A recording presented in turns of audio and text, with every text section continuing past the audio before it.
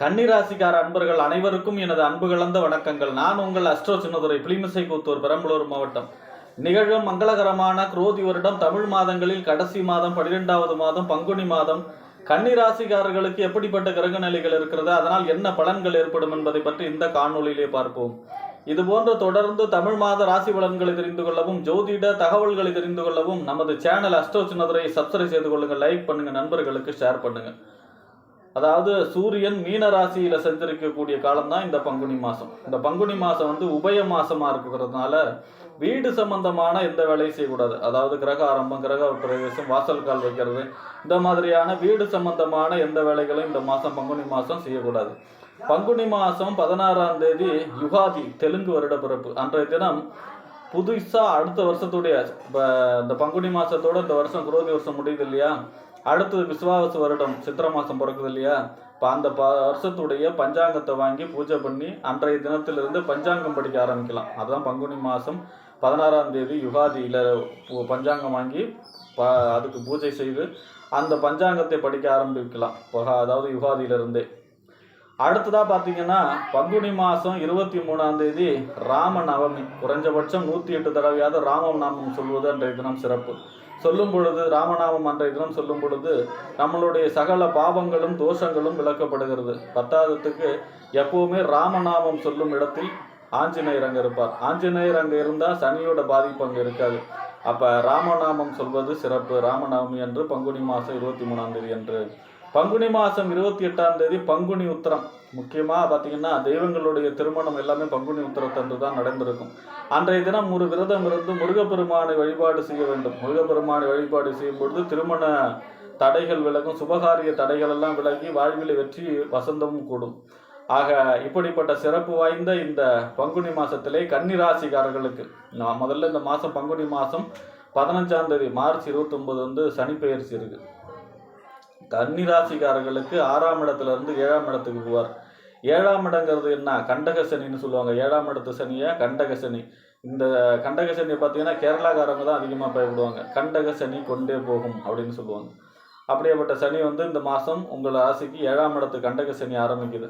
அதோடைய பலன் என்ன அப்படிங்கிறத சனி பயிற்சி பலனா தனியாக பார்ப்போம்.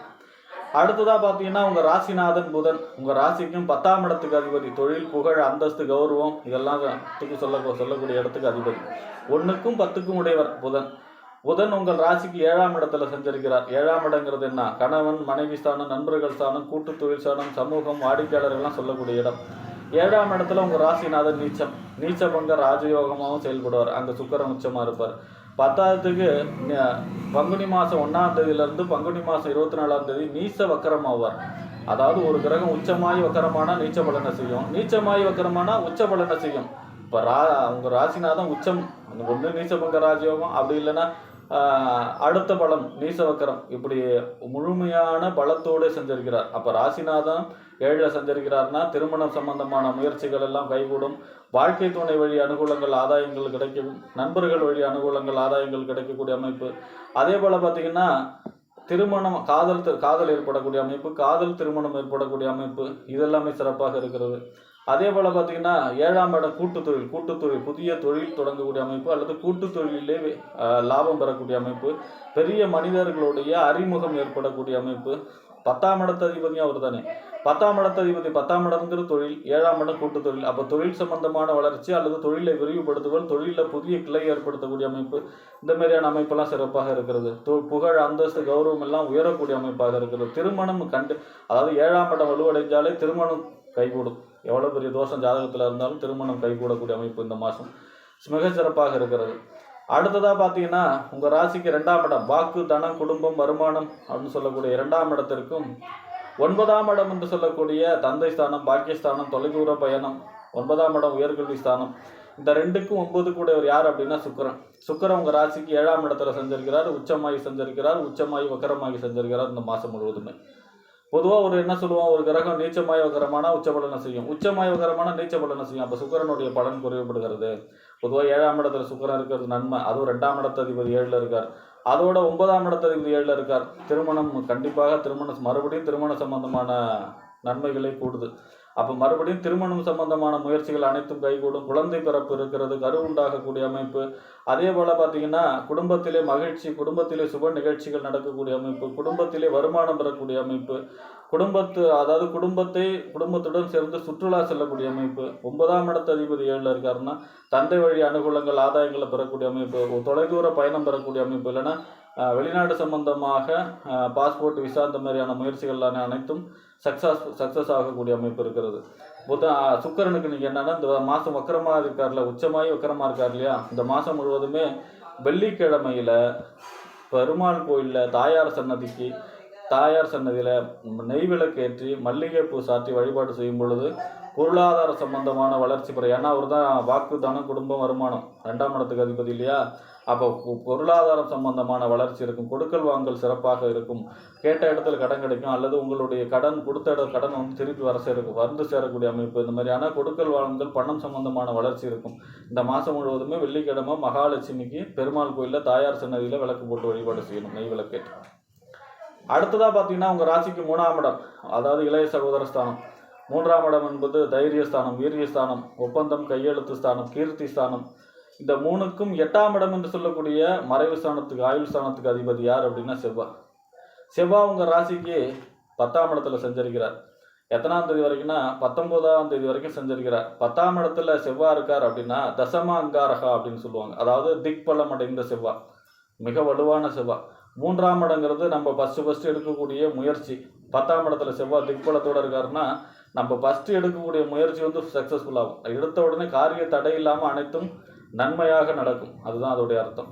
அப்போ இளைய சகோதர வழி அனுகூலங்கள், ஆதாயங்கள் பெறக்கூடிய அமைப்பு, ஒப்பந்தம், கையெழுத்தெல்லாம் கிடைக்கக்கூடிய அமைப்பு, தொழிலிலே வளர்ச்சி பெறக்கூடிய அமைப்பு, தொழிலிலே வெற்றி பெறக்கூடிய அமைப்பு, தொழிலில் இருந்து வந்த தடைகளை எல்லாம் உடைக்கக்கூடிய அமைப்பு.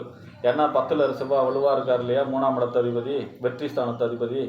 அப்போ தொழில் சம்பந்தமான அனைத்து விதமான முயற்சிகளும் கைகூடக்கூடிய அமைப்பு, உத்தியோகம் கிடைக்கக்கூடிய அமைப்பு. ஏன்னா செவ்வாய் வந்து உத்தியோக காரகன். சகோதர வழி அனுகூலங்கள், ஆதாயங்கள்லாம் கிடைக்கக்கூடிய அமைப்பு. செவ்வாய் வந்து சகோதர காரகன். இயந்திரத்தை வைத்து தொழில் செய்பவர்களுக்கு யோகம், விவசாயம் சம்பந்தமான வளர்ச்சி. அதே போல் பார்த்திங்கன்னா காலி நிலம், அதாவது ரியல் எஸ்டேட் தொழில் செய்கிறாங்க இல்லையா, இந்த பூமி சம்பந்தமான தொழில் செய்பவர்கள் அனைவருக்கும் யோகமான காலம் கன்னிராசிக்காரர்களுக்கு இந்த மாதம். 10ல் செவ்வாய் இருக்கார். அதோட 8ஆம் இடத்து அதிபதி 10ல் இருந்தார்னா ஒரு சில தொழில் போட்டிகள், தொழிலில் வந்து மறைமுகமான தொழில் போட்டியாளர்கள் இருப்பாங்க, அவங்க கவனமாக இருக்கணும். ஆனாலும் பார்த்தீங்கன்னா 19ஆம் தேதிக்கு வரைக்கும் 11ஆம் இடத்துக்கு வந்துடுவார், நீச்சம் ஆகிடுவார். ஆனால் 11ல் செவ்வாய் இருக்கிறது யோகம். 8-11 சம்பந்தப்படுறதுனாலே திடீர் அதிர்ஷ்டம், திடீர் நன்மை, திடீர் லாபம், எதிர்பாராத தன லாபம், எதிர்பாராத அதிர்ஷ்டத்தை சொல்லக்கூடிய அமைப்பில் வந்துடும்.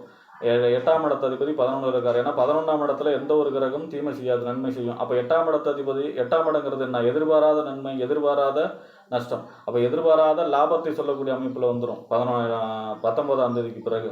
ஆனால் நீச்சம் ஆகிறார் இல்லையா, அப்போ வந்து பங்குனி உத்திரத்தன்று விரதம் இருந்து முருகப்பெருமான், ஏன்னா செவ்வாயோட அதிதேவதை முருகப்பெருமானை வழிபாடு செய்யும் பொழுது எதிர்பாராத நன்மைகளும் எதிர்பாராத அதிர்ஷ்டங்களும் கைகூடும் இந்த மாதம் கன்னிராசிக்காரர்களுக்கு. அடுத்ததாக பார்த்தீங்கன்னா, ஏன்னா 11ஆம் இடங்கிறது என்ன, அபிலாஷிகள் பூர்த்தி. நம்ம என்ன நினைச்சிக்கிட்டு இருக்கிறோமோ அது எதிர்பாராத விதமாக நடக்கக்கூடிய அமைப்பு, அதுதான் சொல்லக்கூடிய அமைப்பு. அதேமாரி சித்தப்பா ஸ்தானம், சித்தப்பா வகை அனுகூலங்கள், ஆதாயங்கள் பெறக்கூடிய அமைப்பு, மூத்த சகோதரத்தால் அனுகூலங்கள், ஆதாயங்கள்லாம் பெறக்கூடிய அமைப்பாக இருக்கும். அதே போல் பார்த்தீங்கன்னா கன்னிராசிக்காரர்களுக்கு 12ஆம் இடம் என்று சொல்லக்கூடிய அயன, சயன, போகஸ்தானம், வெளிநாட்டு சம்பந்த ஸ்தானம், மறைவு ஸ்தானம். 12ஆம் இடத்துக்கு அதிபதி யாருன்னா சூரியனும் 7ல் இருக்கார். வாழ்க்கை துணைக்காக செலவு செய்யக்கூடிய அமைப்பு. அதே போல் பார்த்தீங்கன்னா நண்பர்களுக்காக செலவு செய்யக்கூடிய அமைப்பு, தொழிலுக்காக சுப செலவு, இன்வெஸ்ட்மெண்ட் செய்யக்கூடிய அமைப்பெல்லாம் மிகச்சிறப்பாக இருக்கிறது. அரசு வழி அனுகூலங்கள், ஆதாயங்கள் பெறக்கூடிய அமைப்பு, தந்தை வழி அனுகூலங்கள், ஆதாயங்கள்லாம் பெறக்கூடிய அமைப்பு. அதே போல் பார்த்தீங்கன்னா பொதுவாக இந்த மாதம் பங்குனி மாதம் கன்னிராசிக்காரர்களுக்கு 7ஆம் இடம் வலுவடைகிறது. அப்போ 7ஆம் இடம் வலுவடைஞ்சால் திருமணம் கைகூடும், கூட்டுத் தொழில் வெற்றி பெறும், நண்பர்களுடைய அனுகூலங்கள், ஆதாயங்கள் பெறக்கூடிய அமைப்பு, சமூகத்தில் பெரிய மனிதர்களுடைய தொடர்பு, அறிமுகம் ஏற்படக்கூடிய அமைப்பு, வியாபாரத்தில் தொழிலில் வந்து வாடிக்கையாளர்கள் பெருகி அதன் மூலமாக வருமானம் பெறக்கூடிய அமைப்பாக இந்த பங்குனி மாதம் கன்னிராசிக்காரர்களுக்கு அமையும் என்று கூறி விடைபெறுகிறேன். நன்றி, வணக்கம்.